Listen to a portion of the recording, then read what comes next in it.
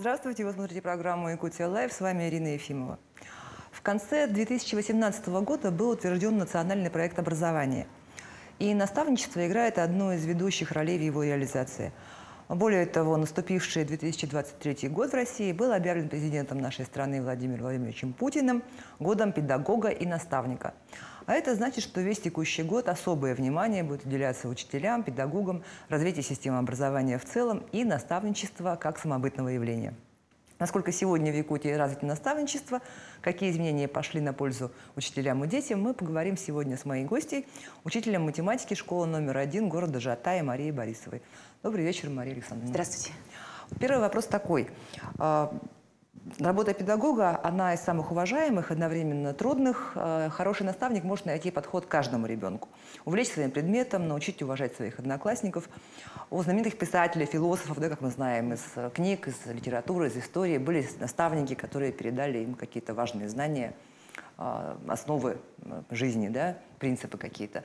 И вот как вы считаете, в чем отличие педагога от наставника? Вообще, должен ли педагог быть наставником и наоборот? Ну, отличие педагога от наставника. Вот получается, специалист молодой завершает учебу и, переступая порог школы, он уже получает вот это звание педагога. То есть, открывая дверь в класс, начиная новый урок, свой, да, первый в своей жизни, он становится педагогом.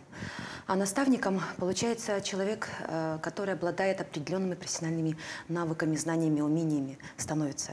То есть, имея определенный опыт работы. То есть педагог, он сразу по окончании пединститута, да, как только приступил к своей деятельности, а наставником становится потом. Да, это в плане того, что если, конечно же, педагог становится наставником. Если наставник в профессии. Да, в профессии. А бывает же так, что дети, например, становятся наставниками. Да, конечно. В наш современный мир, вот, допустим, да, век цифровых технологий, столько новшеств, да, в компьютере, в программах и так далее. Многие педагоги, которые имеют довольно-таки большой опыт, могут не понимать, допустим, да, не иметь опыта работы вот с этой информационной технологией. Поэтому, конечно же, здесь молодые специалисты в помощь, и они вот как раз становятся наставниками. Но и порой для нас даже наши дети становятся там наставниками, да, конечно, в чем-то.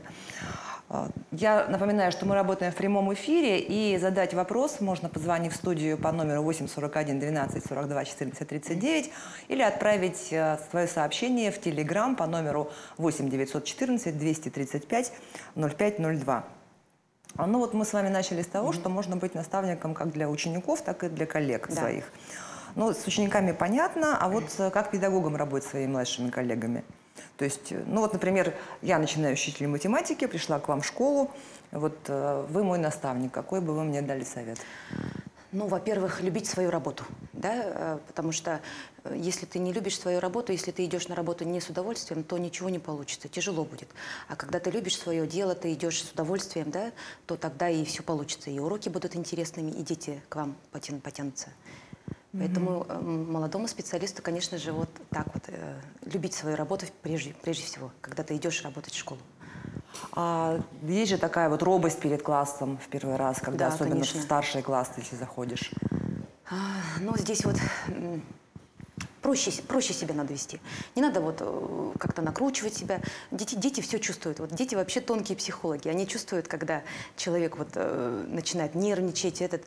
Тут нужно как-то быть проще. С уважением к ним относиться, во-первых, сразу же вот открыться, чтобы не ставить себя выше детей, да. Тогда, конечно же, и сразу налаживается контакт с детьми, и дети тянутся, и у вас все получается, и интереса не проявляют. Наверное, где-то вот так вот. А чему-то вы у детей учитесь? Конечно. Дети тоже нас всему учат. Дети, получается, они же добрые, они отзывчивые, они открытые. И, конечно же, они не любят лицемерие. И дети, конечно же, этому взрослого человека учат. Они все видят, да? Они сразу чувствуют, когда человека вот с какой-то хитрецой там как-то так пытается с ними неискренним быть. Это они все чувствуют. Поэтому тут надо быть более таким живым, открытым, вот, с уважением, главное, да, к детям относиться. Иногда молодым кажется, что, молодым учителям, я имею в виду, педагогам вообще кажется, что дети с недостаточным почтением относятся к молодому учителю из-за того, что он молодой. И начинают, наоборот, вести себя там излишне строго. Ну, такое тоже, конечно, есть. Это уже от воспитания ребенка зависит, конечно же, да, и как он себя должен вести, как он должен общаться. Все равно взрослый человек перед ним.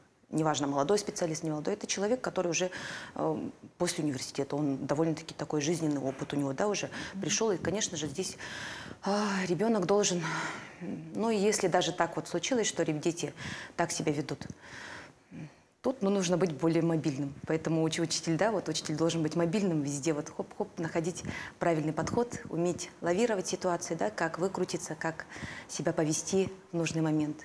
Ну вот, когда, кстати, молодой педагог приходит на работу, ему говорят: забудь все, чему тебя учили в университете.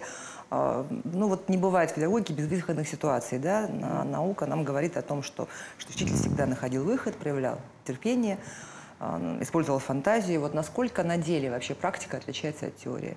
Ну, теория, если так взять, теория написана, а практика прожита. И, конечно же, здесь вот учитель должен быть мобильным во всем. Вот в современное время, особенно в современное время, да, учитель должен уметь находить ситуацию, выходить из ситуации, то есть находить те моменты, те такие вот, ну, как сказать... Примеры? Примеры, да, чтобы в определенной ситуации как себя нужно вести, да, как нужно поступить, как нужно правильно это сделать, да, чтобы... То есть это очень творческая профессия? Да, это творческая профессия. Но порой учителя заостряют внимание руководства на том, что очень много времени приходится тратить даже не подготовку к урокам, сколько на отчеты разные. Вот, то есть очень много отчетности, при этом вроде бы как раньше такой проблемы не было. Дети учились и без различных отчетов, ну, если говорить вот там о советском времени. Вот это современные реалии диктуют такие условия. То есть мы же говорим вроде бы с одной стороны, что у нас все упрощается с цифровизацией, а с другой стороны вот теперь как без отчетов никуда получается? Нет, но отчеты, они и раньше были, просто не в таком количестве отчеты эти были. Раньше, вот даже взять, да, вот современное наше время, сейчас все очень быстро доносится, вся информация, допустим, тот же отчет, допустим, отправить по электронной почте, а раньше, вот, допустим, не было электронной почты. Как делали? Отправляли письмо там по почте, там какой-то отчет отправить, заполнить, отправить и так далее. Тут, конечно же, намного мобильнее стало все это. И, может, и поэтому и увеличилось количество отчетов, да, что там, тут надо сдать. Порой бывает, конечно же, отчетов лишних много, да, бывают лишние отчеты, можно было как-то их мобильно, да, объединить и так далее. Но, с одной стороны, здесь тоже есть плюсы. Порой бывает, мы забываем через 3 года, что было, да, что было в нашей деятельности. Например, для той же аттестации. Все мы, педагоги, проходим аттестацию. Как, ну, каждые 5 лет проходит учитель аттестацию. И, конечно же, подтверждает свою квалификацию. Да, нужно много данных, да, для прохождения аттестации. И порой через 3 года забываешь, что у тебя было, какая там успеваемость, какое качество. И возвращаешь с тем же отчетом той же статистики, да, которую вот достаешь с архива, смотришь, и очень удобно используешь, вот, допустим, эти данные. Тоже, с одной стороны, как бы плюсы.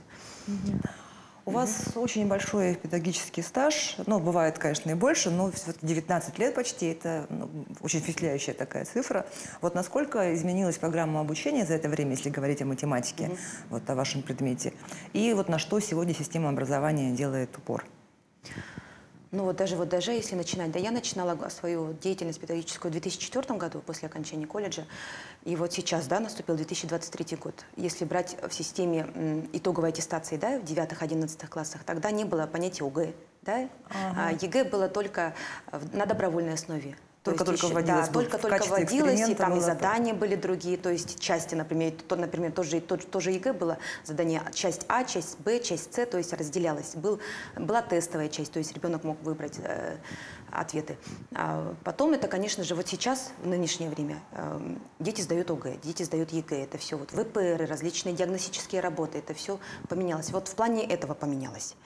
В плане содержания программы по математике, но основные, база все равно она сохранилась. То, что вот раньше мы учили, чему я начинала учить в 2004 году, и сейчас то, что вот даем, да, в школе, то это все сохранилось. Основные элементы вот эти все в программе сохранились. Ну, добавились какие-то элементы из высшей математики, да, может быть, в старших классах.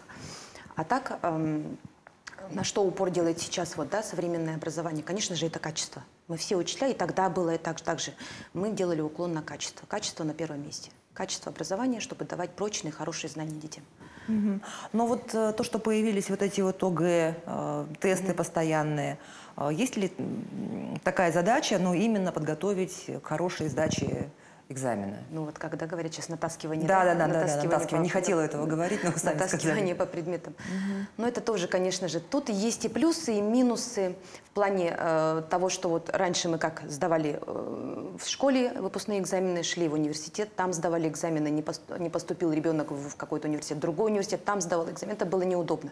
В плане мобильности, конечно же, сейчас детям, вот, ну, наверное, комфортно, потому что они один раз сдали и выбирают уже. направили в нужные направления, ну, направили в те университеты, куда они хотят поступить, и ждут результатов, да, поступления. Это, конечно же, в этом плане большой плюс.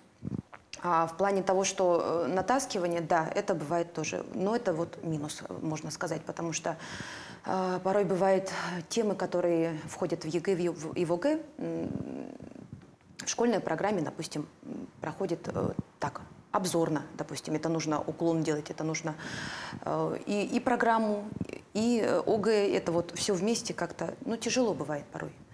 А так это вот, ну, и плюсы, и минусы тут есть. Свои нюансы, тут говорить можно очень долго об этом, да?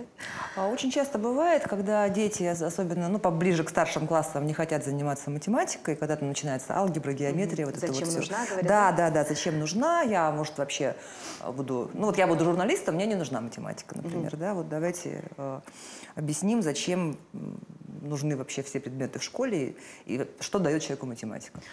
Ну, во-первых, это кругозор, да, вот если брать все предметы, да, школьные предметы, вот биологию, английский язык изучают дети, географию тоже вот часто, ну, тоже в моей практике было такое, дети, вот зачем это нам, зачем мы это учим, все. Это, конечно же, кругозор. Человек должен быть всесторонне развитым, я считаю. Ну и даже взять, вот смотрите, сейчас в современное время люди ездят по разным странам. Английский язык, вот. Он же действительно практически нужен каждому, да, чтобы общаться с людьми, которые владеют этим языком.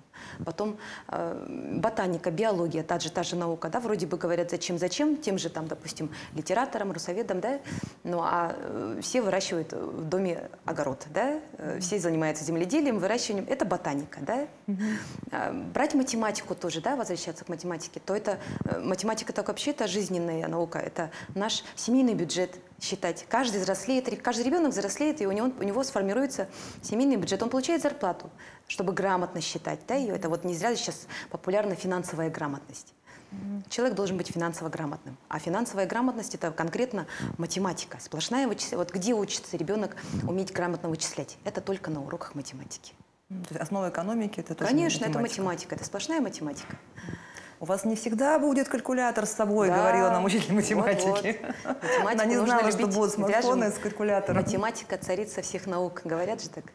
А давайте поговорим про профессиональное выгорание. Вот, как говорится, учителя тоже люди, и порой тоже и проблемы дома бывают, как у всех, и усталость, и куча других факторов. Все это копится, как снежный ком, не дает полноценно работать. Вот. Ну и, получается, нужно оставить все проблемы свои за дверью класса. При этом выходить детям с плохим настроением тоже не дело. Вот как можно сохранить баланс? Вот какой-то есть профессиональный учительский секрет? Вот и тут я хочу, значит, ответить высказывание моей коллеги. Она вот часто так говорит. Она говорит так: будь добр, не нервничай, соблюдай терпение. Ведь от солнечных улыбок твоих не только зависит твое настроение, но и от многих других. Поэтому учитель, конечно же, должен уметь, каждый учитель должен уметь свои эмоции контролировать.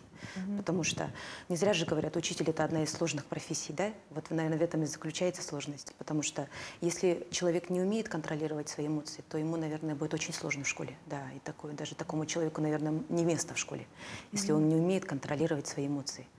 Здесь мы все, у нас все учителя прям, ну, учителя, которые вот действительно любят свое дело, любят детей, любят любят то, чем они занимаются.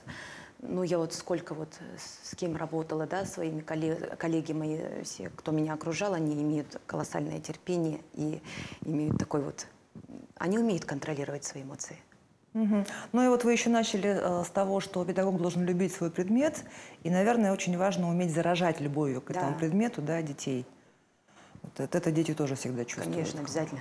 А вот еще вот такой вопрос меня всегда интересовал. Учителю самому вот насколько интересно проводить урок? Он же в 100 000 десятый раз это все повторяет. Вот. Ну вот тоже так, я много раз слышала, что одно и то же каждый год, это вот все по накатанной. Нет. Каждый раз же приходит другой класс, другие дети, другой подход. Дети разные совершенно. И это большую роль играет, потому что там и подход другой, там и другую методику. Один и тот же урок можно это провести в разных классах по-разному. И по уровню, допустим, знаний, допустим, ребенок где-то посильнее, где-то вот нужно углубиться, да, где-то, например, больше практики, где-то больше, может, каких-то игровых элементов, да, вот, чтобы заинтересовать детей. Поэтому здесь все зависит от обстоятельств. Как, Вот если вы, отвечая на предыдущий вопрос, вы сказали, что программа сама фундаментальная не особенно изменилась, а вот дети как-то изменились за это время? Они, может быть, более мотивированные стали или, наоборот, более инфантильные? Ой, ну вот взять выпуск 2004 года, да, дети, которых я учила, детей, там не было телефона. У детей не было телефона, у детей не было доступа к интернету такому, да, массовому. Дети были в основном, вот где, если, то это какое развлечение? Развлечения все в основном в школе, мероприятия основные, да, это походы какие-то, это на улице, да, дела какие-то совместные. То есть не было такого, чтобы ребенок вот так вот в телефон уставился, сидит и там у него свой мир, и не обращает внимания на то, что происходит вокруг. Здорово. Вот сейчас они были, ну, вот, много читали, много в руках держали именно вот бумажный вариант, да, книгу. Сейчас, конечно же, все в современном, да, вот это телефоны, эти гаджеты различные, планшеты и так далее, компьютеры, да, игры в этих компьютерах, которые так тоже увлекают детей. Но это, конечно же, ну, не сказать, чтобы совсем это плохо, да, все-таки это современный мир, ребенок должен тоже вот, да, в ногу со временем идти. Но это и мешает, с одной стороны, тоже той же мотивации, да, ребенок, допустим, не все дети в классе, допустим, прямо сразу, хоп, я хочу учиться, что-то где-то вот, ну, это вот, все эти гаджеты, они развивают лень. Лень у ребенка, мне кажется, это на мой взгляд, да, что ребенок более такой вот пассивный, ленивый, что вот лишний раз лучше я посижу вот так вот там, ой, потом открою, там, прочитаю, ничего страшного, лучше я вот так вот время так проведу, ну вот, поэтому сильно много отвлекающих моментов у них, вот. То есть больше отвлекаются? Отвлекаются, да, больше отвлекаются. Если бы меньше вот на это отвлекались бы, то они бы, мне кажется, лучше бы, может, и учились, да? Но в связи с годом педагога и наставника в стране, в этом году, значит, у нас в Якутии у всех педагогов есть возможность получить премию Илдархана в 100 000 рублей. При этом голосовать за учителей будут жители районов республики. Вот вы и ваши коллеги как вот эту новость восприняли, как дополнительный стимул? Ну, положительно. Ну, конечно же, положительно. Ну, это, во-первых, и финансовая, да, поддержка, сумма небольшая. Ну, то есть, извиняюсь, не то, что большая сумма, да, это и то, что вот жители выбирают, тоже и довольно-таки интересно. Это все-таки какой-то такой социальный интерес, да, ну вот как какой-то там, может, там, не знаю. Ну, то есть жители, это же родители в основном, да, да, это получается? родители, Или да, родительская общественность, да, ученики, родители, поэтому тут, наверное, вот вы как сказали, спортивный интерес, да, будет больше. Вчера в интервью моему коллеге Сергею Михедову Александр Сергеевич говорил о годе педагога и наставника и особенное внимание уделил патриотическому воспитанию. Давайте вместе этот фрагмент посмотрим. И, безусловно, я также обращаю внимание, что кроме непосредственно уже самих знаний, которые наши педагоги дают нашим детям, конечно же, очень важное направление сегодня приобретает воспитание. Воспитание наших детей, в том числе патриотическое воспитание. Здесь надо нам тоже достаточно уверенно и быстро идти вперед, не дожидаясь принятия тех или иных решений на федеральном уровне, потому что мы как раз вопросами патриотического воспитания начали заниматься раньше всех в стране. И вот как раз эту фору надо сейчас пользоваться. И еще раз говорю, мы ребят наших, детей наших в школах должны уже воспитывать настоящими гражданами своей республики, настоящими гражданами нашей великой России. Вот в связи с этим у меня, значит, вопрос, как воспитывать детей гражданами своей республики, своей страны, и кто должен это прежде всего делать? То есть это классный руководитель, или это учитель истории, или это учитель литературы, или кто? Ну, здесь, конечно же, я могу, наверное, привести пример свою школу, да, в которой я работаю. У нас это направление вот прямо одно из главных патриотическое воспитание и традиционные мероприятия в школе. У нас, получается, пожарно-прикладной спорт очень хорошо развит. Дети участвуют на соревнованиях различного уровня, на республиканских, на всероссийских. Они занимают призовые места ежегодно, да, ездят, выезжают. И дети, которые занимались в этом пожарно-прикладном спорте, они выбирают направление, например, МЧС. Целая статистика у нас по школе ведется, сколько детей у нас поступает по линии МЧС. Затем у нас, получается, казачий класс есть. На базе нашей школы у нас есть казачий класс. Вообще казачество у нас в Житае хорошо развито, да? И казачий класс, у них своя форма. Они прямо такая военизированная, специальная форма, это 8 класс, да? И вместе совместно с классным руководителем на базе они принимают участие, во-первых, во многих мероприятиях вот по казачьему, да, направлению. И, конечно же, на базе нашей школы, так как у нас, да, вот это казачество хорошо развито, проводятся различные республиканские мероприятия. Приезжают со всей республики к нам в школу, казачий сполох проводят, да, фестивали проводят. И вообще в целом даже в районе, в нашем, да, поселке Жатай, патриотическое воспитание вот одно из главных. Прямо у нас всегда такие важные мероприятия, все направленные на, связанные с 23 февраля, да, с Днем защитника Отечества, с 9 мая. У нас всегда вот прямо на высшем уровне проходят эти мероприятия. Весь поселок прямо этим дышит. Школы, предприятия, дети, родители, взрослые. Все прям живем этими, ну, вот такими событиями и принимаем очень активное участие. А вот казачий класс, там, кого там, всех принимаешь желающих или там какой-то конкурс? Ну, их, получается, выбрали класс, да, вот класс с 5 класса. Их назначили, что вот у вас такое направление. И дети с 5 класса занимаются. Там у них отдельные занятия проводятся, да, строевая подготовка. Они изучают теорию, да, вот именно историю изучают казачество, да, вот. И у них есть свой ансамбль вокальный. То есть мальчиков, только одни мальчики поют. У них есть хореографический, то есть ансамбль по хореографии, то есть девочки, мальчики, они всегда выступают, они всегда, у них очень яркие костюмы, отдельно сценические костюмы и для танцев, и для вокала. Поэтому класс, вот он сейчас 8 уже, получается, 5, 6, 7 уже 4 год они. Такое направление в нашей школе, да. Вопрос от телезрителя. Нам учителя всегда говорили, что у них нет любимчиков. Но на деле всегда чувствовалось, кому учитель испытывает симпатию. Но бывает и обратная сторона – неприязнь. А ее дети чувствуют еще более явственно. Вот как симпатия, антипатия к ученикам оценивается с профессиональной точки зрения? Ну, я вот тут чисто свое мнение, да, вот выскажу, что учитель, нет такого понятия любить или кого-то не любить. Для этого существует семья. Ребенка любит, в доме должна любить, семья должна любить. А учитель идет в школу, чтобы давать знания. И отношение должно быть ко всем одинаковое. Не должно быть таких вот именно кого-то выделять. И самое главное – уважение. Вот здесь вот к детям проявлять нужно уважение. Уважение вот как-то ставить себя не выше их, а вот наравне, чтобы вот такой вот… То есть уважать как личность с самого начала. Да. Тогда вот они совсем по-другому себя ведут. Они уважительно к тебе относятся, дети.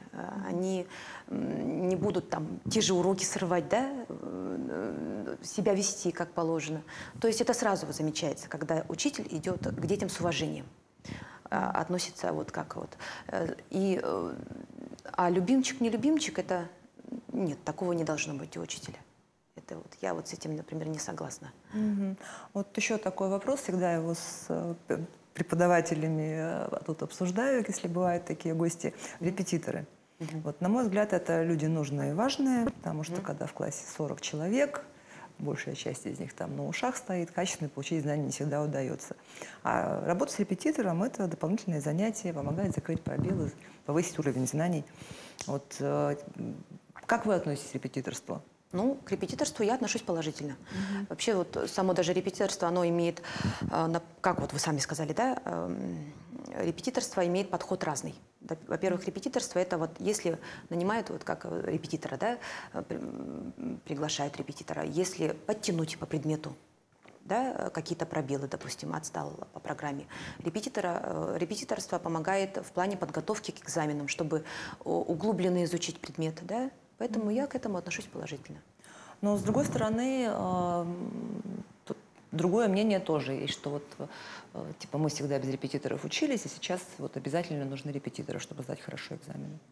Нужно обязательно тратиться, это вот все придумано для того, чтобы родители тратились на репетиторов. Ну, в моей практике, допустим, в классах, да, вот, которых я учу, ну, не так, чтобы прямо все массово шли к репетитору, да. Ну, бывает, что 1-2 человека, ну, все-таки дополнительно, чтобы углубленно изучить, чтобы более такой индивидуальный подход был, да, потому что учитель, конечно же, ему тяжело. Это все равно, сейчас какие большие классы, да, это по 40, это по 30 чем-то детей, это очень сложно. У вас тоже переполненная школа, да? У нас в школе, в классе тоже большие, да, особенно в начальной школе. По 34 ребенка сидят, да, в классе. Это, конечно же, в среднем звене, там у нас, конечно же, ну, самый большой класс это 31 ребенок, да. И то все равно тяжело. Тяжело работать, когда вот много детей. Поэтому в этом плане, если, допустим, я вижу, что ребенок хочет подтянуться, он хочет углубленно изучить, то, если не желают, конечно же, можно. Если не желают там поработать с репетитором, то никто не запрещает, никто не начинает его за это ругать и так далее. Это и желание ребенка, это желание родителя.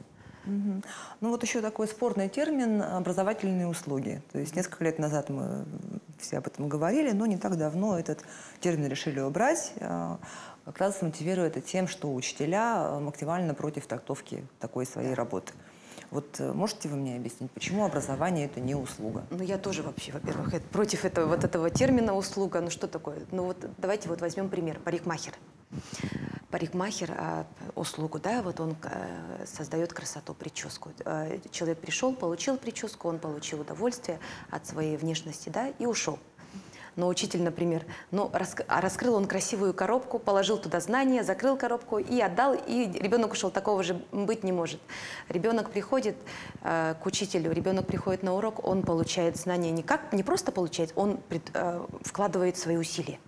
Тут идет целый процесс. И поэтому здесь я, вот, наверное, скорее всего, называю вот это какое-то вот общенародное дело, образование. Это государственное общенародное дело. Образование – это тот процесс, где участвует и семья, и государство, да, и все предприятия. И в том числе, конечно же, одну из главных ролей в этом процессе отводится учителю. Потому что учитель все-таки здесь играет какую роль? Он в становлении личности, ребенка как личности принимает участие в развитии личности. Поэтому здесь, конечно же, так. Но это вот я как дело воспринимаю. Очень важная государственная миссия образования, но никак не услуга. Вот репетиторство может быть услугой, да, о котором мы говорили? Репетиторство, да. Да. А образование – это все-таки образование – это вот, конечно, государственное дело. Государственное дело, да. Вот, еще очень интересно, вы пришли в студию в своей школьной форме. Вот расскажите, пожалуйста. Нет, во-первых, мне интересно, у вас учителя тоже в форме ходят? Да, у нас с 2018 года мы с коллегами совместно решили, что мы вводим единую школьную форму. Сами решили? Да, мы сами все решили, потому что все-таки как образец для подражания для детей, да, что мы вот все учителя ходим в форме, и чтобы дети как бы тоже ходили в форме. Тоже ходили в форме. Ну, во-первых, это дисциплинирует. Дисциплинирует. Это эстетика, да? Это и удобно, практично. В плане того, что и учителям, допустим, не надо думать, что одеть завтра, какой наряд там готовить, голову не забиваешь себе. По форме пришел, блузку поменял. Ну, смотря какая форма в каждой школе, да, в каждой школе, наверное. Ну, сейчас это не только в нашей школе, я вот сколько встречалась и на семинарах, и на курсах, да, с учителями. У многих школ, да, вводится прям единая форма среди коллег, да, среди учителей. И среди детей это, конечно же, тоже очень удобно и практично, в первую очередь, носить форму. Единую форму, она их всех не выделяет, во-первых, детей. Ребенок не начинает думать, там, а у той такая блузка, я такую же хочу, да. Но ведь в определенном возрасте, наоборот, хочется как-то выделиться. Ну, помодничать, да, детям. Да, они не бунтуют, но для этого же есть формы? Внешкольная деятельность. Столько времени они полдня в школе, да. Во внеурочном. У нас тоже, вот, допустим, мы прям строго, раз все зашел в стены школы, школу, ты должен прямо по форме ходить. Нет, у нас строго, конечно же, во время учебного процесса. Школьную форму мы требуем, да, внешний вид у детей. А когда у нас мероприятия различные, когда внешкольные какие-то, внеклассные дела у нас, то, конечно же, ребенок приходит уже в свободной форме. Такой вот еще вопрос, как замотивировать ребенка на учебу? Потому что вот рассказы о том, что если ты не будешь хорошо учиться, пойдешь там мыть полы или мести улицы, уже ни на кого не действует. На мою дочь не действует, в всяком случае. Вот. Ну и тем более, как бы мы уже говорим, что все профессии нужны, все важны обществу. Вот, как замотивировать ребенка? Ну, это, наверное, загадка каждого учителя, да? Как заинтересовать ребенка к учебе, да, к предмету. Ну, здесь, конечно же, индивидуальный подход. Индивидуальный подход к каждому ученику. И в целом все зависит от учителя. Да? Учителя, как он настроен на работу. Нравится ли ему эта профессия. Да? Это тоже же очень важно. Если учителю нравится своя профессия, своя работа, он идет с удовольствием. И он, конечно же, будет стараться, чтобы его урок был какой? Интересный. Чтобы ребенку было интересно на уроке. А как заинтересовать и как сделать урок интересным, это, конечно же, нам помогает в этом методика. Да? Это различные методы, формы, элементы, приемы и так далее. Каждый учитель знает об этом. То есть это прежде всего задача учителя, конечно, а не родителя? Да, конечно. Давайте поговорим про родителей. Вот насколько сегодня учитель плотно взаимодействует с родителями? Потому что есть чаты сплошные, родительские, учительские. Вот нам учитель, например, прямо говорит, что учеба ребенка – это ваша ответственность, хотя у меня ребенок уже в 7 классе. Вот. Ну вот как вы думаете, уйдем мы от родительских собраний? Не уйдем? Насколько вот важна эта связь, насколько она нужна, или это ответственность ребенка? Или родительская все-таки? Ну, здесь, конечно же, никто не снимает ответственность с родителей. Родитель все-таки имеет важную роль в становлении как личности своего ребенка. Да? Он в первую очередь заинтересован. Каждый родитель заинтересован, чтобы его ребенок был образован, чтобы он был развит, чтобы он был воспитан. Да? Это в первую очередь, конечно же, каждого родителя должно волновать и интересовать, и должно быть прямо на первом месте, да? Как только ты становишься родителем. А связь с родителями, школа с родителями, да, вот вы говорите через всякие соцсети, да, и так далее, да, вот я, конечно же, за живое общение. Живое общение с родителями. То есть родительские собрания нужно ходить. Да, это, конечно же, это прямо вот когда ты видишь, когда ты вот общаешься с родителями, это очень важно. То есть вы как классный руководитель практикуете родительские собрания? Да, это обязательно. Индивидуальные беседы, родительские собрания, это обязательно. Ну вот у всех в школе есть любимая учительница. Многие выпускники поддерживают хорошие отношения, даже дружеские в силу возраста, отношения с своими учителями. Вот у вас отношения с выпускниками как складываются? Встречаетесь? Ну вот приходят выпускники. Выпускники, да. Но мы через соцсети, конечно же, общаемся, да. Это вот, конечно же, очень удобно в плане того, что занятости. Дети, вот выпуск мой, тот выпуск, который, ну вот уже выпустились дети, когда они выпустились в 2016 году, они, конечно, сейчас уже все получили высшее образование, они уже работают. И, конечно же, у них в силу своей занятости где-то не получается, где-то как. Через соцсети общаемся. А так, если взять выпускников вот нашей школы, да, то они, как мы встречаемся? Они все равно приезжают. На каникулах приезжают сразу, куда приходят? В школу приходят. Мы устраиваем встречи с учениками, да, встречи с выпускниками. Там мы с ними сталкиваемся, общаемся. Ну, вот так вот. Ну и последний вопрос. Почему вы выбрали профессию учителя? Давайте назовем 3 самых главных плюса. Вот первое подскажу, отпуск всегда летом длинный. Ну и, конечно же, ну для меня, да, вот, да, это гибкий график. Гибкий график, это вот в какой профессии еще, вот скажите, во время рабочего, во время работы, да, когда ты находишься на работе, ты можешь позволить себе пойти с классом в театр. Выехать куда-то, да, это, конечно же, уроки, да, у нас вот все зависит от уроков, от расписания. Могут быть уроки после обеда, могут быть уроки до обеда, и ты в другое время, допустим, можешь уже заниматься своим саморазвитием, самообразованием, допустим, да, то есть свободный такой график у нас. И третье, конечно же, для меня это работа с детьми. В первую очередь. Работа с детьми у меня вызывает удовольствие. Я получаю удовольствие от этого. Ну что ж, спасибо вам за беседу такую интересную, за ответы на наши вопросы. Желаю вам интересных уроков, благодарных учеников. Спасибо. Можете передать им привет. И на этом выпуск нашей программы подошел к концу. Привет будете передавать? Да, конечно, своему 10 классу обязательно привет большой передаю им. Ну что ж, выпуск программы «Якутия Лайф» подошел к концу. Меня зовут Ирина Ефимова. Смотрите нас на телеканале «Якутия-24» по будням в 19:15. Расскажем, чем живет Якутия.